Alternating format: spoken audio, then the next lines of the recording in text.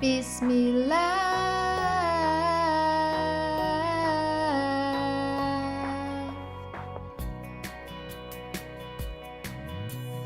Her ishni boshlaganda, hatto rasm sızganda, atigan va ya oqshomda Allohning ismi bilan.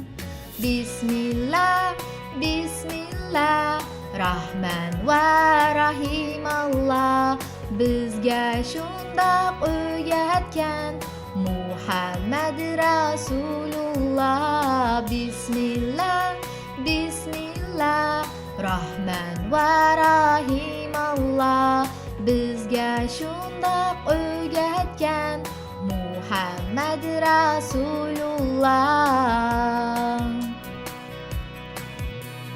Ismini atgan vaqtda, xushallik va xafaliqda, mayli yemak uyquda, u biz bilan birga.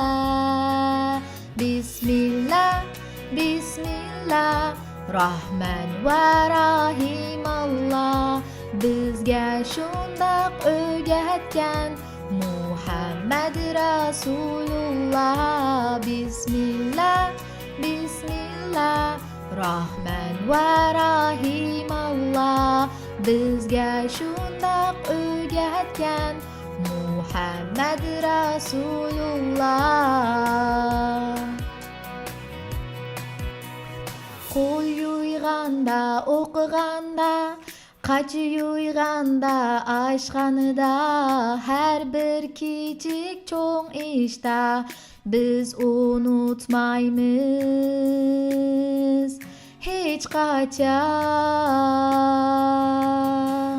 Bismillah, Bismillah, Rahman va Rahim Allah bizga shundoq o'rgatgan Muhammad Rasulullah. Bismillah, Bismillah, Rahman va Rahim Allah bizga shundoq o'rgatgan Muhammad Rasulullah.